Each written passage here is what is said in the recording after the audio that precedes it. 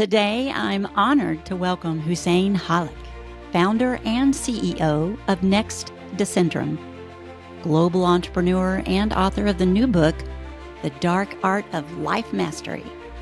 Hussein has spent his career using technology and storytelling to create meaningful change across Vancouver, New York, Cairo, and Dubai. I always take time to research my guests before we sit down, and I have to confess, going through your work, Hussein, left me completely blown away. The way you continue to influence people is extraordinary. And what struck me most is how clearly your philosophy on life comes through in everything you do. Your mission is clear: to help people live with purpose and intention in a world that's constantly changing. Hussein, welcome to the podcast. Thank you very much for having me. I'm so glad to be here. I am very happy you're here too. Okay, you've lived and built across very different parts of the world. I mean, you've been everywhere. Canada, almost everywhere. and there's probably more than what I was able to find on you, but Canada, the United States, Egypt, Dubai, and yet there's this common thread of resilience and leadership in your story. Can you tell us a little bit about your journey and what resilience has meant in your life? Yeah, thank you for the question, and so glad to be here. I ended up pursuing a lot of the things that that was available to me, rather than, let's say, the stuff that I really wanted. I wanted to be a doctor, and thankfully, I am not. I would have probably not enjoyed it as much, but that's one of the things that I wanted. I pursued engineering and loved computers. I ended up working in such a way, but I ended up being a designer first, and then a marketer, someone who works in branding. And then, funny enough, the thing that I loved the most throughout my life, which is writing, and I've been writing since I was 16, I ended up being a writer. And everything that I kind of ended up living was not something that I thought myself I would do. So along the way, I guess what I was doing is discovering what can my life be, and I was lucky to be able to live the life that I've lived so far. And I think I'm lucky that I'm excited about life as much as I was 20 years ago. Yeah, 20 years ago. What is that old saying? If I only knew now what? No, wait. If I only knew then what I know now, that would be a great success. I think I would be calmer if I knew then what I know now, Mm-hmm. and I would if I take, let's say, how things unfolded, I would be much calmer and I would kind of take it easy. But I'm not sure that would be helpful for me, because I may not be here. And if I knew how let's say, geopolitically things will change, or that we would have climate change, for example, I would be very depressed back then. I know. You're right. There's a lot of things that's best we don't know. Yeah. Going in. So Indeed, going in blind indeed. can be better. Yeah. It's like knowing the end of a movie, like sometimes and it's not like that very good movie, so you kind of like, at least I don't know, at least there is some surprise there. But if you knew, you would not probably waste your time watching it. Well, what I've learned, even if you knew, you would still do it again. I mean, we are guilty of patterns. Oh, for sure. The human race, we repeat over and over all our mistakes. I think what we do is we remember things and we relate things. I would argue that, yeah, we say, for example, history repeats itself. But what we are is, I think we are governed by the same desires and the same needs. So we react in similar ways to similar situations because we're driven by those needs, because we're human beings at the end of the day. So we can't expect ourselves to be a totally different species because 200 years have passed. Species usually evolve over millions of years, hundreds of thousands of years. I don't think we can expect, I think we expect too much of ourselves from that perspective, that 20 years have passed, or, this was the 50s and this is, let's say, 2025. We should have known better. Well, we didn't evolve as species. We are the same species yes, we know more, but because we're driven by those, I think, wants and desires that are embedded with, not with our way of thinking and our knowledge. It's more embedded with our feelings and who we are as or what we are as species. I think we're driven by those, and that's why we repeat ourselves. Not necessarily their mental patterns, but they're more like embedded behaviors and Tendencies. nature. Yeah, tendencies, nature. Yeah. Yeah. Those are, I battle those every day because we are just human, Mm-hmm. But let's talk a little bit about when people hear the word innovation, they immediately think technology. Mm. And I did notice, a lot. I've looked at a lot of your work this past week, and man, you've done a lot of things through technology. But innovation is much bigger than that. And I've heard you say that over and over. Like, so what does innovation really mean to you? And how can leaders apply it in their own lives? Innovation, technical term means, or I would say the definition is to create something new or a new version of something that adds new level of value.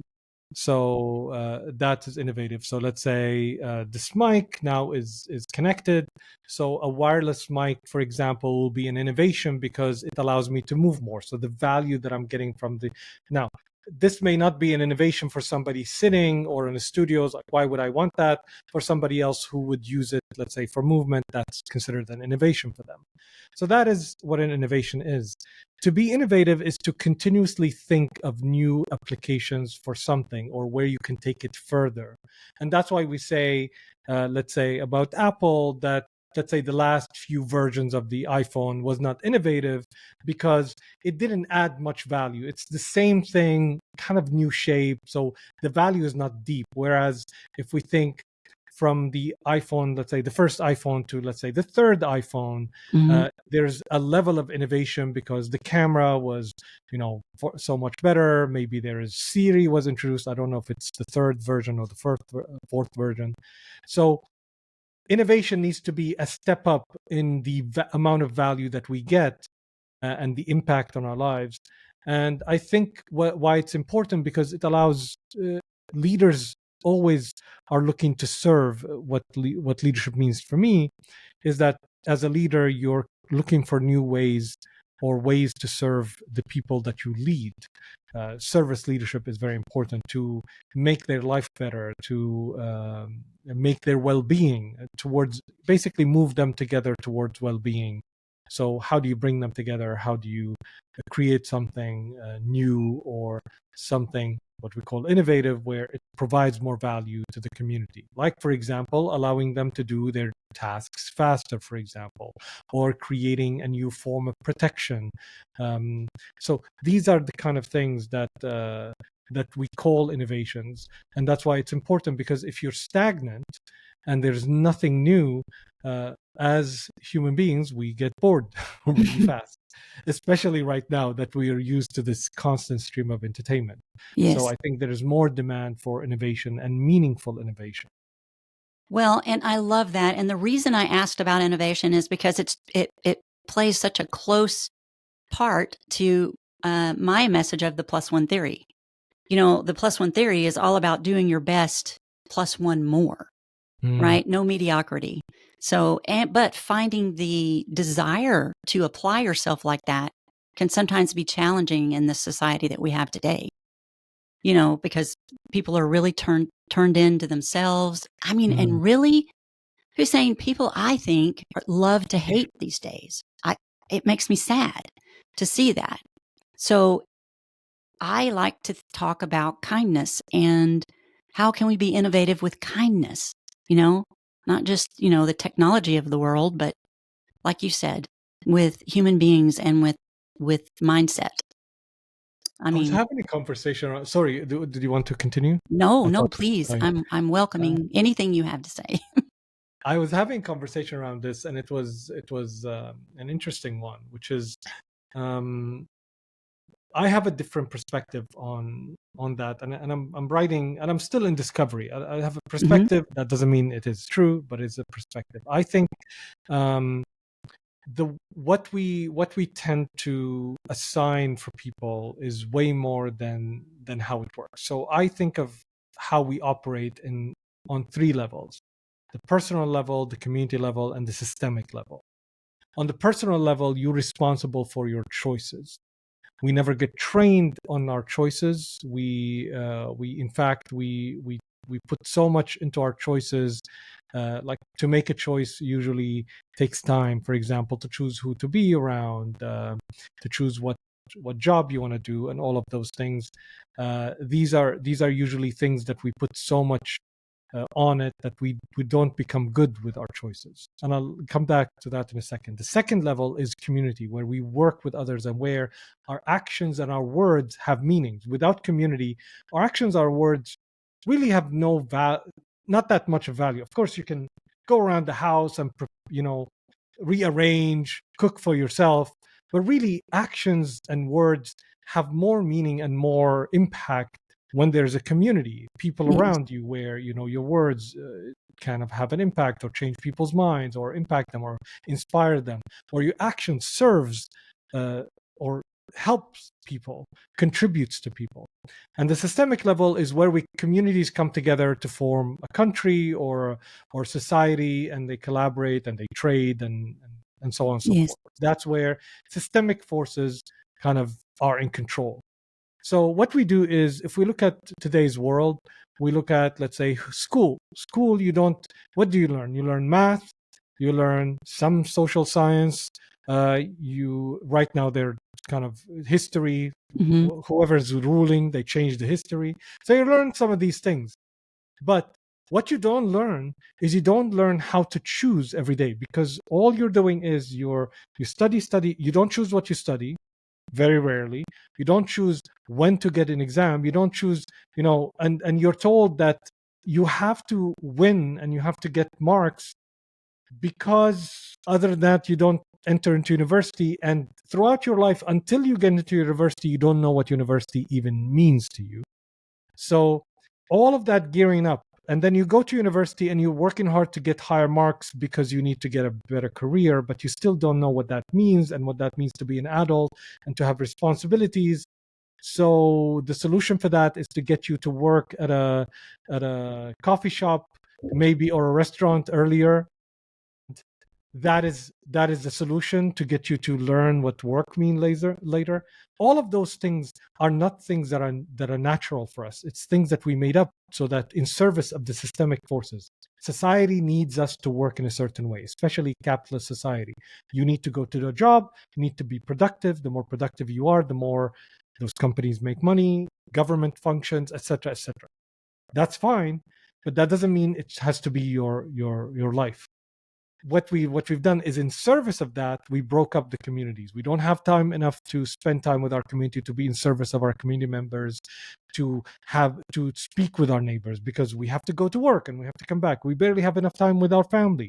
So and the time when we have with our family, and then we barely have time for ourselves to think our choices or work with our choices. We have to browse a few social media and post a few posts and whatever. So we never have time to spend with ourselves, to enact our choices and to choose and to run through our choices. We barely make one or two choices a day, probably what to eat and what to drink, and that's it. And even that, if you ask someone, what do you want to eat? I don't know, pizza. Even that choice becomes so hard when we should be making. We're a choice machine. It's our biggest power, and we're wondering right now how to make choices. Then our communities are broken apart because we never have the time to spend that. And all we are is in service of systemic forces that doesn't even help us. Because at the end of the day, and after working for hours upon hours upon hours, every day of the week, we can barely make ends meet. Most people are. So Exactly. all of that, you cannot hold responsibility for it as a person. So you need to know where you have the biggest power. You have power over your personal choices. Yes. And you have less power in a community. In a community, it's all your actions and your words. And you have even less power in systemic forces. So what you do is you have to come together with community in order to change how things are. and you have to do that. And that usually takes a generation. Changing the community takes sometimes months and years.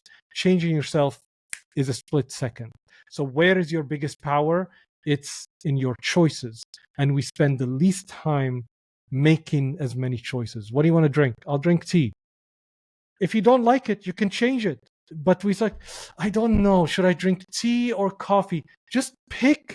We spend, I see, I'm going to go off on a rant right now. Please feel free to stop me. I see those kids who are just, I have to, I don't know what my passion is. I don't know what my purpose in life is. Pick something.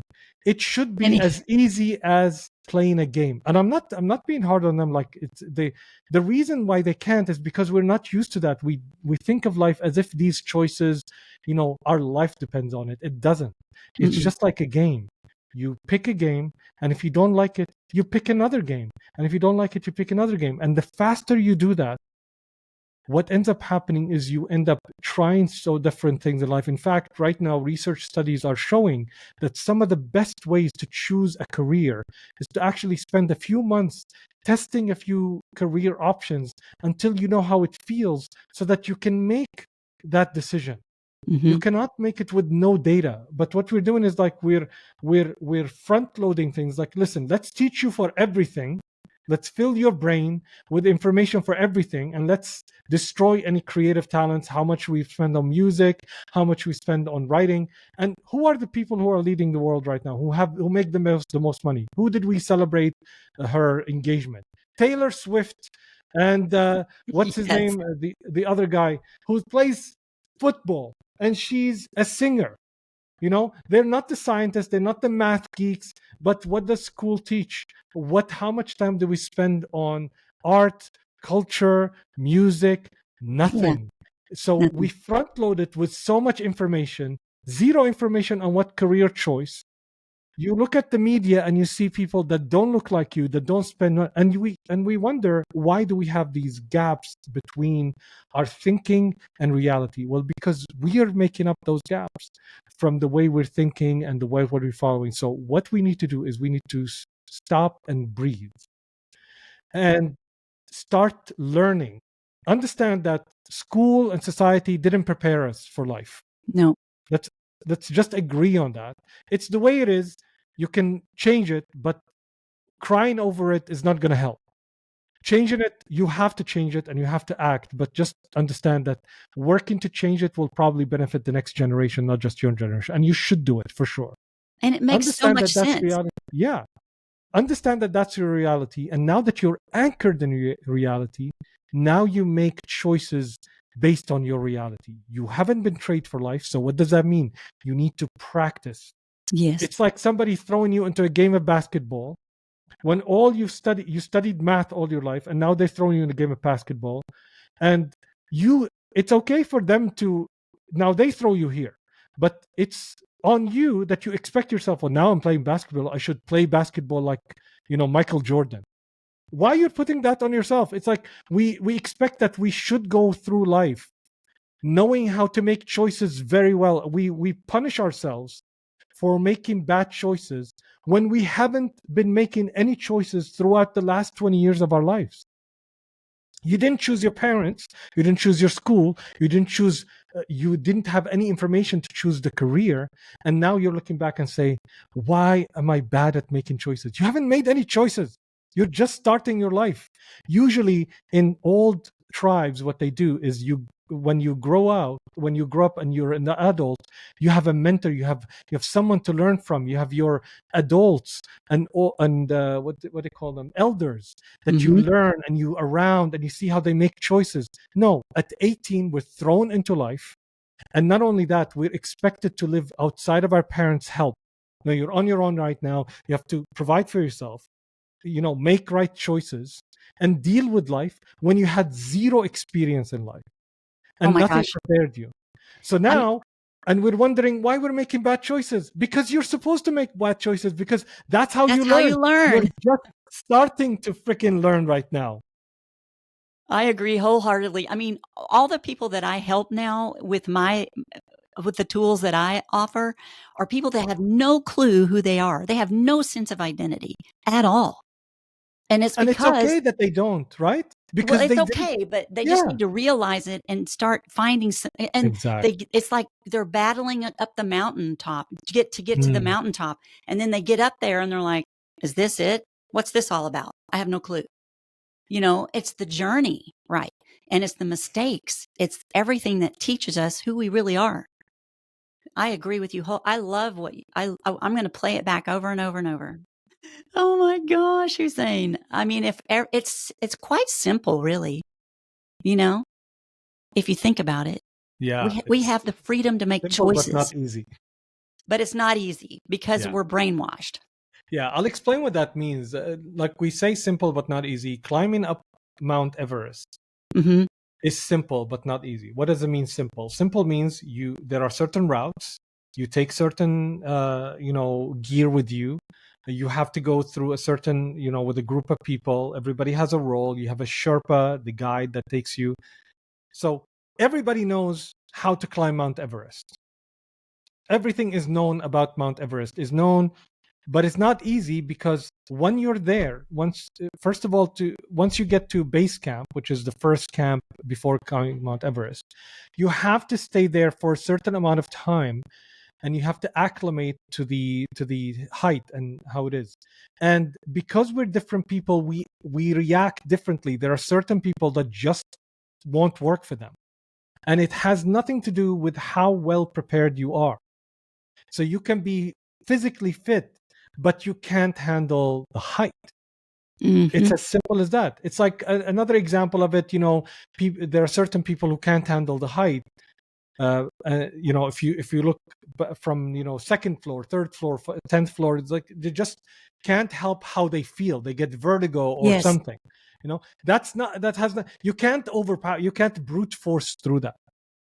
But everything in life teaches us that it's brute force. Like you do something, you study through it. You You power want to through it. become stronger, just practice. But we're different. We're not machines. We treat ourselves like machines, and we build systems and programs, and we teach like we're machines. Even school is like everyone's the same. We're different. So basically, we are put into this machine to come out grounded, and we look the same when we are completely different. It's like what's the name? Pink Floyd. You know how Yeah. you don't need no education. The Yeah. song, and how these kids are falling into these meat grinder, and they Yes. come out the same because that's what it is. It's supposed to make us the same. Whereas if you look at music, when people pursue their own dream and their own style, there are some similarities, but everybody goes after the same. But when you put it into industry, what ends up happening? Regurgitating the whole thing. Once Yes. you put productivity into the world, not that I'm saying productivity is bad for producing food but once you take human potential and you want to package it to get a certain thing, you have to make it similar because that's the only way you can scale. Right. If I ask you to write 20 articles in a week, it's different than if you had the chance to write one or three. I mean, you might run three. Somebody like Noam Chomsky or Stephen King might write like 30 and be okay because we're different. But if everyone has to produce 20, what ends up happening? The person who can produce 30, I have to produce 20 that are a certain size, so you kill their creativity. The person who has to take their time, and you kill their creativity as well, because you're putting them in that meat grinder. It's like, okay, you have to be the same because Quality is out that's the the only window. way. Yeah, that's the only way I can scale, because you're now in service of a different goal than the goal of creativity. And not that it's bad, it works in certain areas, and for some people it works. For some people, school is the best thing that happened. For Mm-hmm. others, they need a different kind. Right. But we cannot do that on a scale of society. So all we need to do right now is, instead of being angry at system, we need to be angry and we need to change it. We need to evolve it. What we need to do right now is to understand that this is the product of the system. Now that we have that understanding and that awareness, well, what do we choose to do? Exactly. I mean, I love this so much because you can see in everything that you're doing that you're trying your best to expose people to different types of art, your love for art. I love what you have done with that. You want others to learn about art because it is a lost art. It's lost. I wanted to be an artist, but I couldn't. I draw, and like I have some artistic talent, but I didn't reach the level that I wanted. So my next best thing, and I didn't mean like that as that's a bad thing. It's like I Right. pursued art. It's like if let's come back to the game. Like I want to be the person who's shooting the hoops, for example, Hmm. but I may end up not being that capable of doing that. So that's what being leader is. Instead of grabbing on and say, no, I'm going to become an artist, I'm going to brute force. It's like, no, I like art. Is there something else where I can even have more? I can add more value, and I can even express myself more. Because when Yes. you're entering into a field, you may think that you want something. Like I played the guitar, and I love the guitar, and I wish I could be great at playing guitar. Yeah. I am good. Don't get me wrong. I played and I trained and I became good. But you know what I discovered after entering into music? I am far better at performance and singing. And when I was in a band, I wanted to be, I love, if you see all of my music, all my libraries, I adore guitar players. And actually, a lot of the things I listen to are just instrumental guitars. Hmm. But the thing I excelled at, and it was being headliner of a band, and I loved it as well. I didn't know when I wanted. So you might enter into something, and that's why you choose differently. I chose to become a guitarist, but then once I played guitar, I chose again to become a headliner of the band and to sing. It's So self-discovery, right? But you won't yes, know that unless you make an effort to 100%, learn. 100%. I mean, I noticed well, let's talk about your new book you just released, The Dark Art of Life Mastery. Man, that artwork in there is incredible. I feel all kinds of emotions when I just look at one image or one piece of art. Did you Hmm. did you do that? Did you do the artwork? For the book, Yes. no, it's actually Antonio Piedade, who's a Portuguese artist. I wrote the book, and I loved his art. This is his art as well on the T-shirt. Uh, so I love his art, and I think for people as well, if they want to see, like that's the cover um, It's is also his art. incredible. I So stare at the cover forever. and he created actually colorful art. Like we have colored versions which we will release soon, hopefully. So I wrote the book, and I loved his art, and I said I wanted people to stop between one chapter and the next, because I wanted them to think, I wanted them to contemplate, I wanted them to sit with what they read. And everyone takes differently, but it's a good separator because it's a visual separator. It tackles a different sense rather than, let's say, hearing yourself talking. So it gives you kind of maybe a reflection, maybe you see something different. And I gave it to him, and I told him it would be great if you can work the art, but I'm not going to give you any direction, just read it. He read it, he loved it, and he said yeah, and he started making sketches, and I never interfered with any of the pieces. It's complete freedom. So that's for me the act of co-creation. I wrote the words, he created the art, and together this is kind of our co-work. I mean, it's mastery. I mean, that's in the title, but I mean, it is mastery. Thank And it you. isn't about perfection. Actually, if you study that cover design, it's about embracing the messiness of life, which you talk a lot about, you know? Yes. And I love it so much. You say that you can't stop life, and you can't slow it down, and you can't hold on to it, but you can master it. Can you just unpack that a little more for us in Yeah. your own words? The moment that we started this podcast is gone right now. And I can, maybe, let's say we started the podcast and I said something. Let's say maybe I called you the wrong name, let's say. Uh, you know, like let's say your name was Pamela and I said Pam, and maybe you hate that Oh, nickname. okay. And I chose that. Now you might say, please don't call me that. I prefer Pamela. Let's say you did that. Mhm.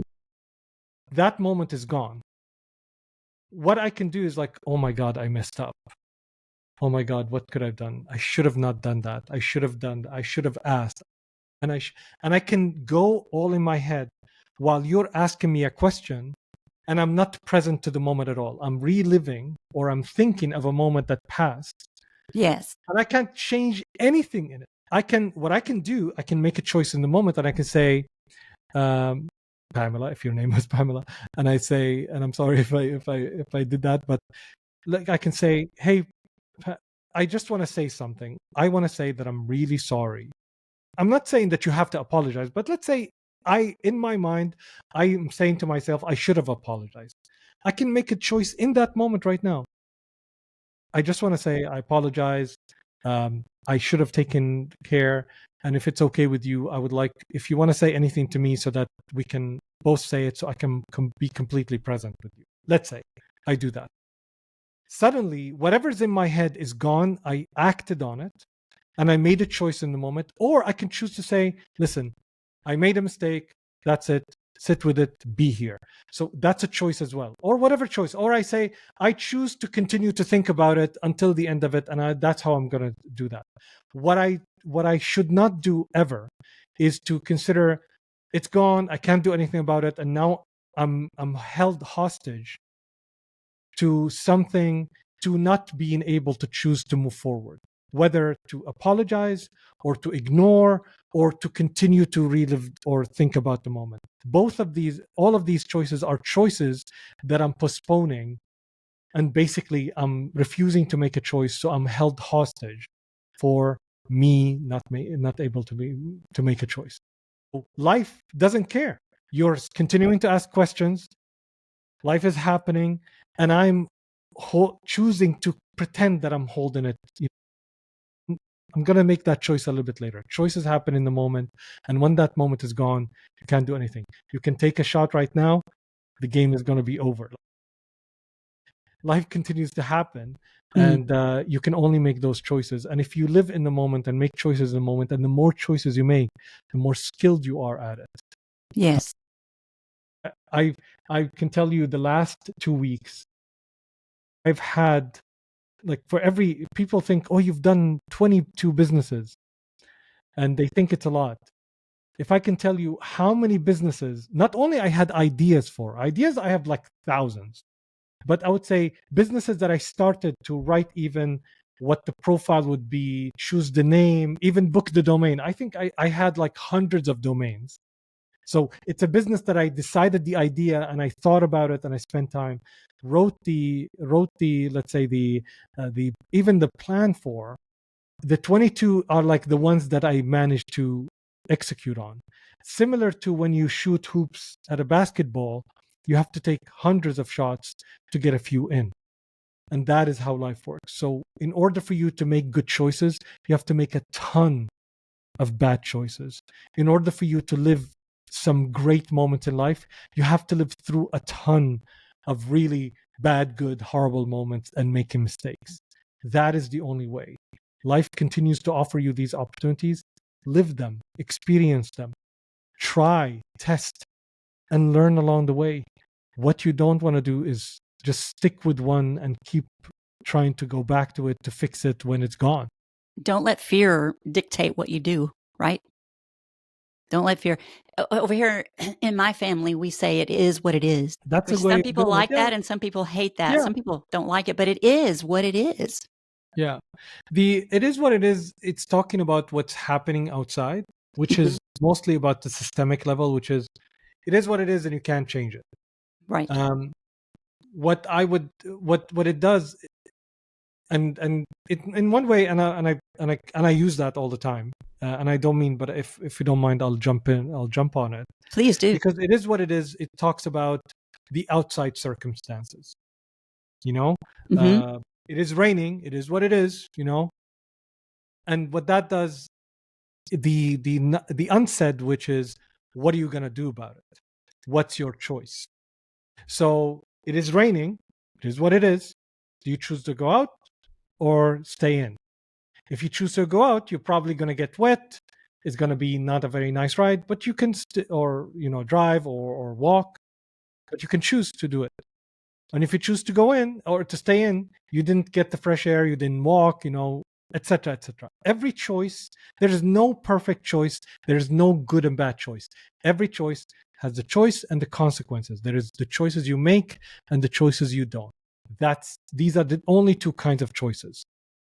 The only thing that makes a choice good or bad, except if you're harming people, which is, we're outsiding that. I'm talking about a choice about personal. Talking That's about a rain different here. thing. And usually those are actions and words. These are not choices. Right. You can choose. I many times, somebody angered me. I used to have anger issues. Like I want to choose to harm them, but I don't do it and I don't say the words. Sometimes I used to say the words, which there are consequences for it, right? Mm-hmm. But that's words and actions. But choices live within you and then you act on them. So there is either a choice you make or a choice you don't. Exactly. I agree wholeheartedly. Man, this is some good stuff here. You're saying it really is.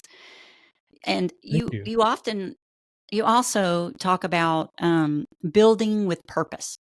And Mm. so whether it's communities or companies or personal growth, which we've talked a lot about, in your experience, what happens when leaders prioritize vision and values first? What happens? I think so. Leadership happens at the personal level when you choose to act on your choices. That's personal leadership, to make a choice and to continue to make a choice and to lead your life. But I think we're talking about leaders on the community level. And on the community level, even a company is a community level because it's a group of people coming together for a shared purpose. So I would say, as a leader, you're responsible for the well-being of those people. We kind of, right now, we'd say in business, no, it's a business relationship. So you come, you sign an agreement, you do what you do. No, that's not true. All great companies happened, aside from the scale side where they went beyond, let's say, the ability to have that connection. It's because of a group of founders, leaders, convinced another group of people to come together and to build something great or to create value for people. Nobody came, not one company that you would consider a great company today. On their inception, two people came around, or a group of people was like, let's do this. And when somebody asked why, because we can make a ton of money. In fact, most of them didn't know if they're going to make money at all. But most of them started because it's cool, or because they wanted to serve people, or because they saw a vision and they saw a problem they wanted to solve. They believed in something. And most companies, I mean, today you come up with an idea, you raise funding, and maybe you get a lot of that. But these are like the rare companies. Most companies spend 1 to 3 years, probably having to max out their credit cards to try to do that. So you have to believe in something, and you have to believe in each other, and you have to be in service of something bigger than yourself. So that is the community level. That's what requires. And as a leader, you need to be in that. You have to showcase that. But somehow along the way, it became about, and it's important in business, numbers and profit and money, and we forget the origins. So when we say how important vision and purpose, I want to say values are stories that are made up. I would say principles. Okay. The principles of being business. I'll tell you, for example, like, we value our customers. What does that really mean? That doesn't mean anything. But if you follow the principles of honesty and integrity, you're always going to deliver regardless of your customer, regardless if you value them or not. I don't want to wait for your personal values to judge how you do business with me. Your business should be based on principles. That if I took this and you said it works, it works. That's integrity. So if you notice, Apple doesn't publish values, but Apple operates based on principles. Very true. So these are the things that work. There's a principle. If you get an electronic device, I don't care how much you value the customer. If your electronic device doesn't work, I'm returning it. Value me or not, I don't care if you value me or not. I want it to work. That's the integrity, which means it's it operates as it should operate. That the device has integrity. We say that in engineering. It has integrity. A bridge has integrity. I don't care if the engineer values me or not. He needs to build a bridge that works. The Yes. car should work. So these things about values, and it's, for me, it's BS. It's marketing. What needs to happen is a business has a shared service-based purpose. It needs to serve a community of customers. It needs to deliver value. It needs to follow certain principles, honesty, integrity, and it needs to continue to do so. Where we will go off rails is when we start saying, well, the founder has vision. Tell me, what was the vision of Steve Jobs? Nobody knows what their vision is. Apple never published a vision. Right. So Steve Jobs dreamt of something, and maybe we can call it a vision. He's a visionary leader. He's a product-driven person. But when do we live by the values of Steve Jobs? No.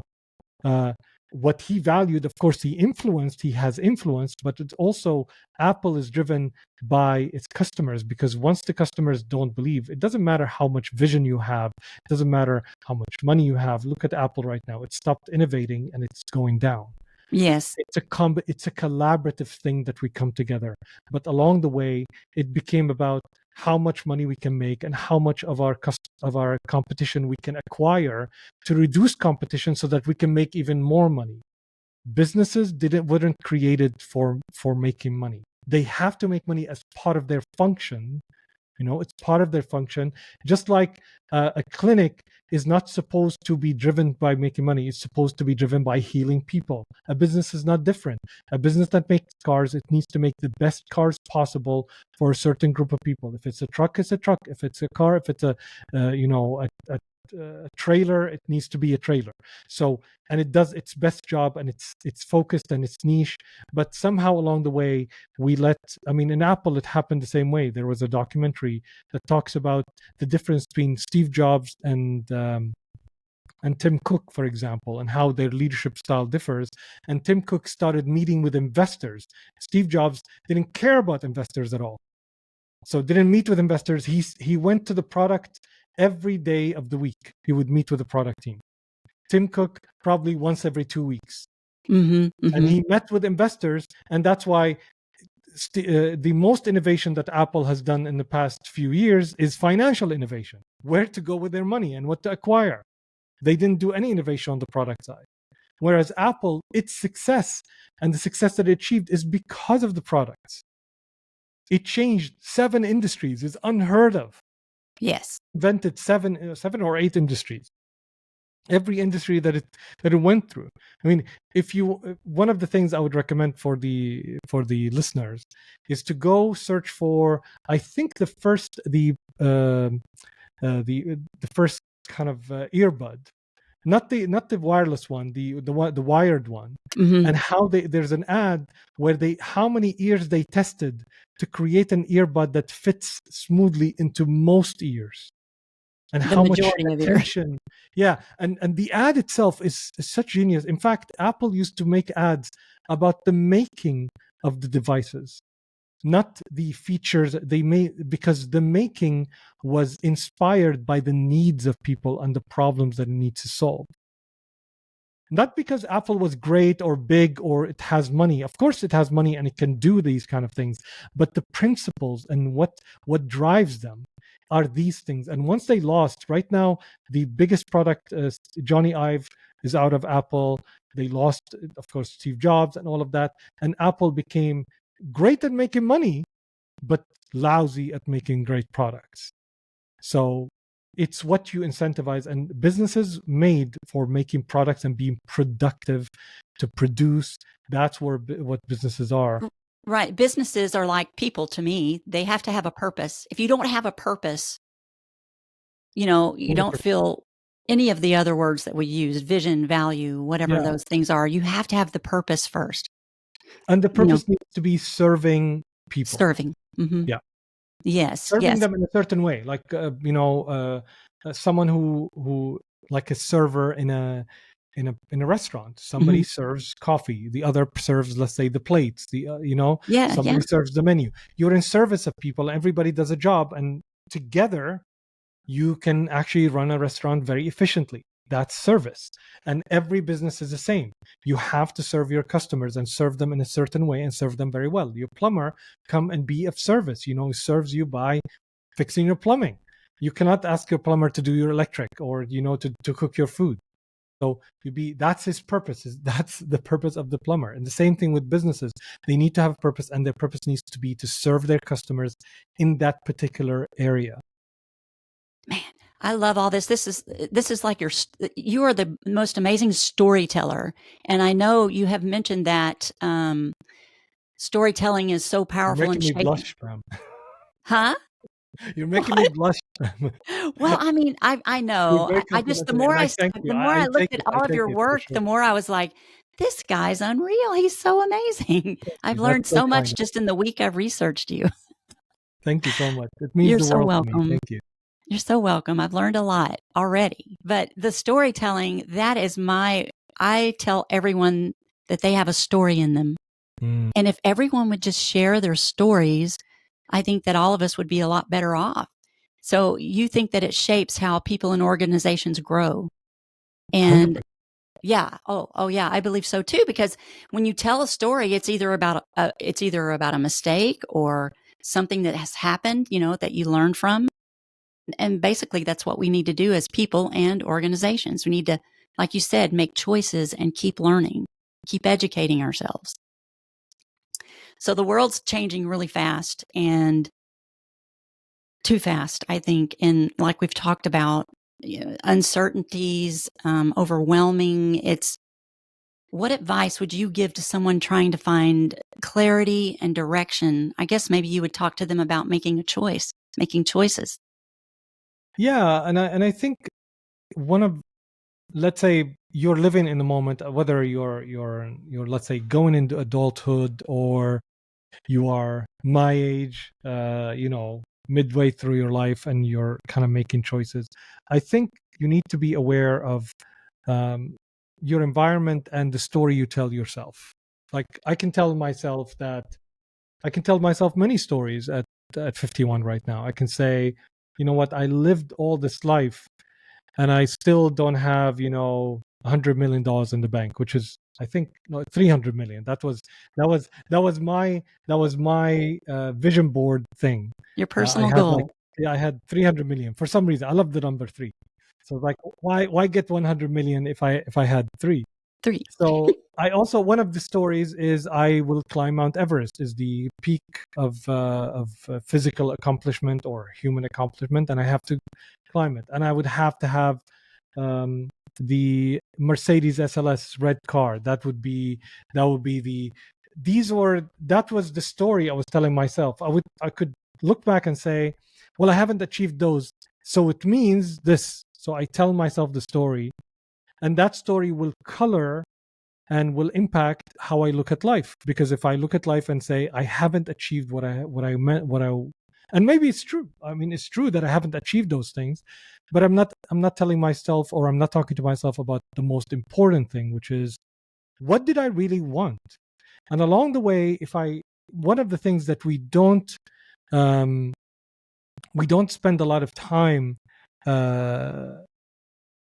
contemplating is, what do we want? We know what we don't want. If you ask anybody, they know immediately what they don't want. But what do you want? You're talking to a web designer. That's what they tell me what they don't want. Yes. Yeah, I'm a designer as well. That's one of the reasons I left design, is because I would show someone, I was like, well, I don't like green. I was like, who cares what you like or don't like? So yeah, it's like we spend a lot of time. We don't spend enough time considering what we want and why we want it, and what does it mean to us, and why it matters.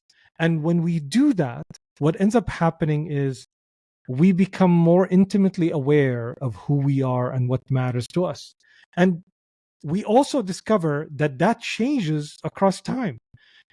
If you think of something simple like the food you eat, very rarely would you like the same food at 40 as when you're 30, or 30 as you're 20, and definitely when 20 is, let's say, 15 or 10. So you change as a person. So you find out that you grow and you change as a person. You find out that your wants and likes, um, some of them matter to you, some of them don't. And then you can make better choices because your choice is now in service. So if I give you, I we did this, I would say, forum called the Landmark Forum, which is highly recommended. I would recommend for others. And they would ask you this question: chocolate, vanilla, choose.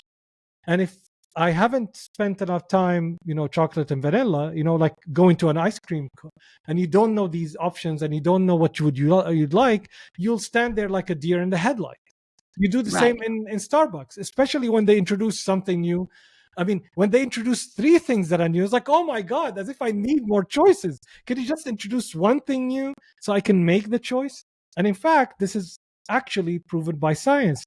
They say that's why if you look, let's say, in any of the Costco or Walmart, you see those people who go around to give you options. There's a book called The Paradox of Choice. You shouldn't give someone more than 6 choices, because more than 6 choices, now they're hindered by the choice, even though it's more choices. That's why you go to Ben and Jerry's, like, I don't know what I want to choose, even though you know what you like.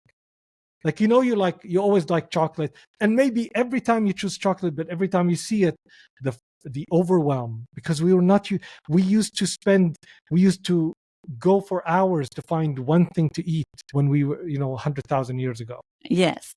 But now we have a ton of choices, so we're crippled by the number of choices. Our brain is not used to that kind of thing. So overwhelming. Yeah, so we need to spend time knowing what we want, and my recommendation is to choose, or to create, I would say, to create a big a shorthand to making certain choices, because it becomes easier. For example, I do a lot of partnerships with people. So if every time I need to consider a partnership, because I meet a ton of people. I mean, like, I know thousands and thousands of people. I mean, I think my phone book itself is around like 3,000-4,000 people. That's Oh just my. so.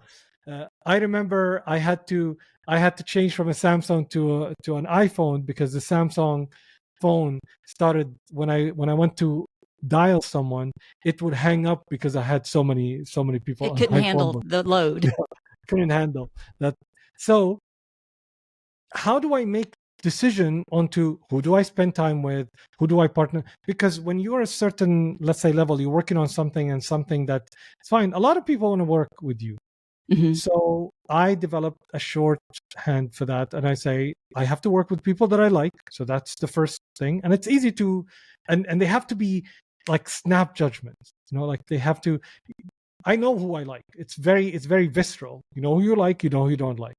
The second thing is our visions have to align. So I asked them. The first thing I asked them, like, what kind of world? What are you working towards? Where you're heading with your life? And if they have a vision that I align with, Mm-hmm. the second thing. And the third thing, we have to leave the world better than we found it. Oh yes. So if they're working on something that, because I've done so many work, so I'm not interested in something that gives me something that is like some work that gives me something that I don't want. Like if somebody said, let's work on an ebook that, I don't know, help people know what to feed their cats. Now, if I can do the work. But do I want, like, is that what I want to leave? No, I want to write, about mastery and life mastery. Not that there is anything wrong with that. Some people who love cats, like I have 2 cats. I love cats, but not that much, but for others, for somebody else working on life mastery, whatever, they don't, and they care about cats, they become vets. So everybody has a different thing they want to leave their life with, or they want to. So these became my shorthand for making quick decisions in regards to partnerships. Well, I think the perfect example of your shorthand is Momentable, because I was looking at that. I even loaded it on my phone just to try it out, and You liked it? I'm really not that into art, but now I feel very well versed. I mean, I think you said in at one point there's over 120,000 works from Yeah. artists, galleries, and stuff. But not only do you expose people that probably have never been exposed to art, you're also helping like storefronts and museums.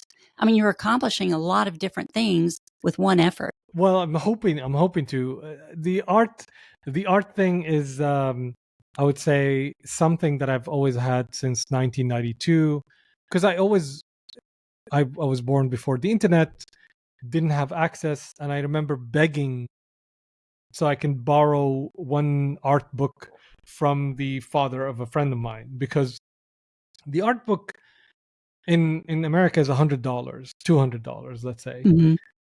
I remember Picasso's art book and Dali, two of my favorites.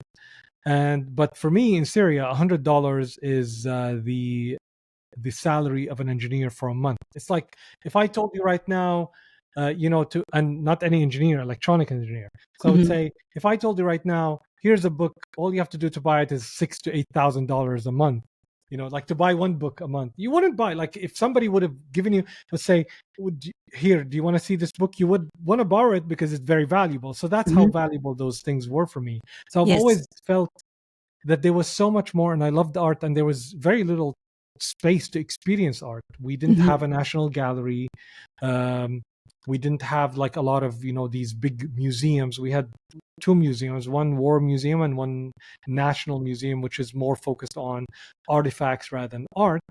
And we had some galleries. There are a lot of artists, and I've heard about the artists, but I'm yet to see their work. So I always had that. So when the internet came around, I was like, I can see, I'm finding so many things. Why don't I put, artists online? So that's kind of my driver. And right now, because I love museums so much and I love art, it's very hard to travel to see many museums. And I'm finding it hard. And I'm blessed and I'm lucky to have the life that I have. What about all the people that are me right now, that can't see the art in museums, can't visit museums? Can I help the museums create a digital presence that is true, as much as possible, true to the art and the experience of art? So it's not like a metaverse. It's more like, you experience the art in its purest form, and gives the museums the ability to reach far more than the people who have the money to travel to the museum itself. Well, and it's the epitome of the plus one, because I mean, it does everything that you just said, but also it introduces the art world to people that may not know what artwork they like yet. Yeah. But it's AI driven, correct?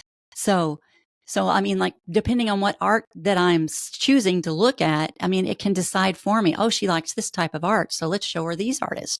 Let's show her these. Let's show her these. I mean, it's educating me, and I probably wouldn't have even known it if I hadn't looked that up. Yeah, But it is. we are. I mean, we held back a little bit on the AI until the AI models are developed a little bit more. It does give you now some randomness. It's like how you discover music right now. Music streaming might be not that great for artists, unfortunately, musicians, but it's great for discovering new music and lowering the barriers for people to discover new music and listen to new music.